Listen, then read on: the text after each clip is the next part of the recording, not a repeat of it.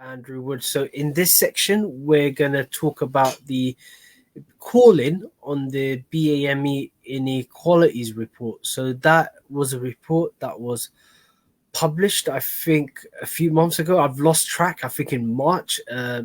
Then a call-in was signed by myself, Councillor Andrew Wood, Councillor Peter Gold, Councillor Rabina Khan, and Councillor Haroon Mir. So it was a cross-party call-in. We all signed it, and now it was delayed because of the election, because it was seen as very contentious. So after the election is scheduled to be heard next Monday. So and I think what we're asking for is, as I don't think it's sort of is an impossible. Well, it's very easy, physically easy to do, and I don't see any reason why he wouldn't agree to it if the councillors and the committee and the co-opted members agree to it.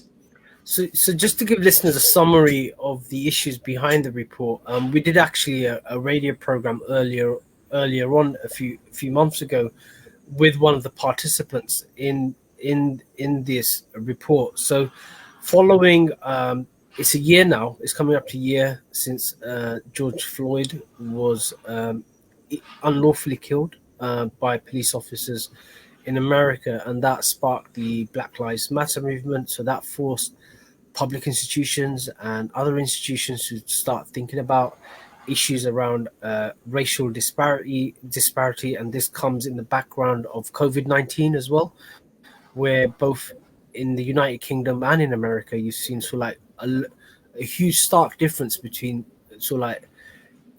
people from, say, BME background suffering proportionately more from COVID-19 than, say, people from a non-BME background. So that got everybody thinking. I know the mayor and the administration took part in some of the demos, etc. And off the back of that, they announced that they're going to have a BME inequality report to look at these kind of racial disparities that are coming through the statistics, and to see what Tower Hamlets Council could do. So I think the report, I'm just working off memory, I think the report was published in February, is that correct? Yeah. And with a lot of fanfare, etc.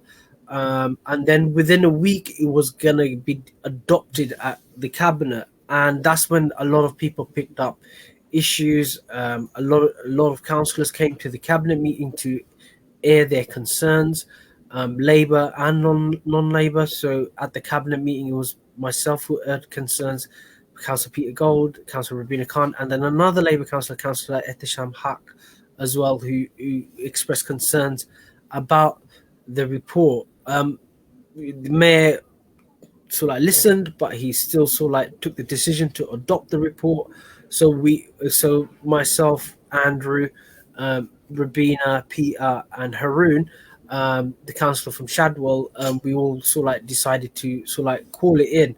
What we're asking for, one of the things that just sticks out, is that this was an issue that potentially affects, say, more than 50% of the residents in Tower Hamlets, or at least 50%. But you only had about 79 people participating, and of that 79 participants, they've come out with a whole series of recommendations, and the whole thing was online. Not that many people knew about it. So the call-in is just saying, look, can we just extend the consultation and basically get more views on it before you actually go and basically adopt something which affects a lot of people's lives.